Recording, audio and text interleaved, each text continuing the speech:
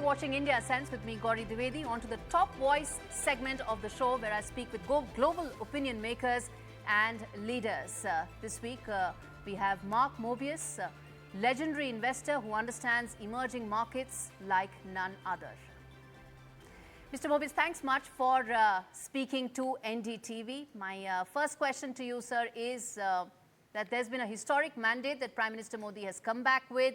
The markets have given a thumbs up to the verdict. How do you see and what lies ahead as far as Prime Minister Modi's roadmap and agenda is concerned? Well, of course, we were all very excited to see him come back because he's done so much for the Indian economy. Of course, he did not get the expected amount of seats to change the constitution, but that's fine.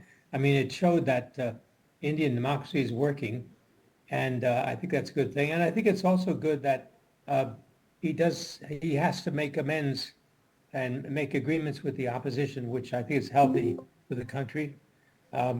So I think everything is going very well. I think India will continue to go from strength to strength. Indeed. And in Modi 3.0, Mr. Mobius, the focus is largely expected to be on growth and development. But I have to ask you this. You've been tracking emerging markets for almost 6 decades now. What do you think is India's secret sauce towards becoming a superpower? What could that be? Well, the first, most important key source is the Indian people. You have a young population, average age, about 26, 27. It's a huge population, over 1 billion, the largest now in the world, and an incredible number of people speaking international language, English, which can absorb a lot more technology and do more globally than perhaps any other country in the world.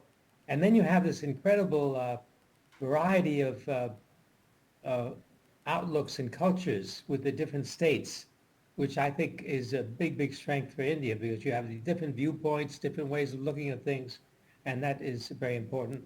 And then, of course, out of this has grown the interest in technology, which Modi is promoting, the digitization of the economy, which is accelerating growth in the country.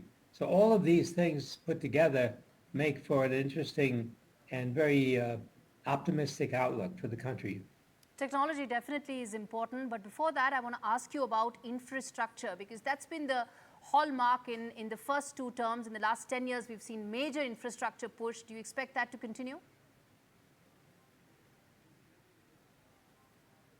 Of course, infrastructure is one of the drawbacks and one of the problems that India faces, because the movement of people from the rural areas to the urban areas, and the general, how can I say, the enthusiasm of the young population is moving ahead of the infrastructure. So the country has to move very quickly to move the infrastructure forward and improve infrastructure. And that includes roads, it includes railroads, it includes power. I mean, India needs more and more power and power distribution. So all of these things must be accelerated. And I'm happy to see that a lot is being done in that direction, but more needs to be done. It's quite a big task. All right, Mr. Mobius, thanks much for speaking to NDTV. Specific areas where India needs to focus for its ascent. On to the Tech Tracker, where we take a look at the big technology stories that are coming out of the world and impacting all of us. First up, the age at which children get their first phone has now been advancing. An Ofcom report says 28% of children get a phone between the age of 5 and 7, and 17% even earlier as a toddler. Now, this raises the need for governments to regulate phone usage and social media usage amongst kids. And for that, New York has passed landmark laws, the first being the Safe Addictive Feeds Exploitation for Kids Act, or the SAFE Act, which prohibits social media companies from showing addictive feeds to children under the age of 18. The New York Child Data Protection Act bars online platforms from collecting or selling personal data from children below the age of 18. As big tech comes under greater scrutiny, more governments may follow suit. Next up, Elon Musk has locked horns with Apple over the safety of consumer data on the company's platform. Apple forged a partnership with chat GPT maker OpenAI and launched its tech roadmap titled AI or Apple Intelligence with much fanfare.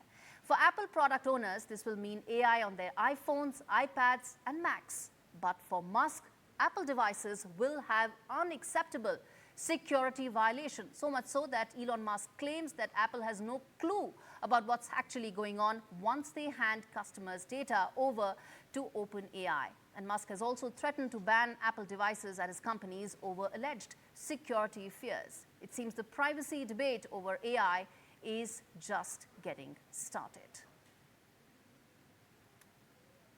All right, as we wrap up and come to the end of this show, let's take a look at the video of this week. Well, it comes from the G7 summit, where world leaders got to witness awkward moments when American President Joe Biden was seen to be wandering off until Italian Prime Minister Giorgia Meloni brought him back. Take a look.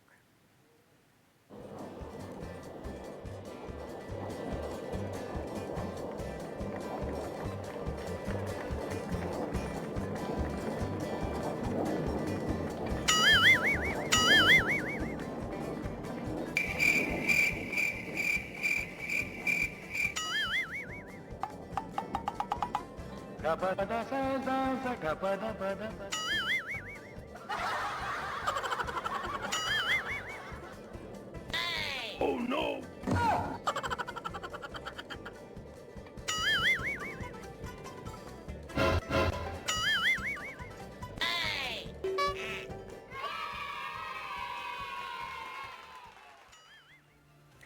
Awkward indeed. With that, it's a wrap on this edition of India Essence. Thanks much for watching.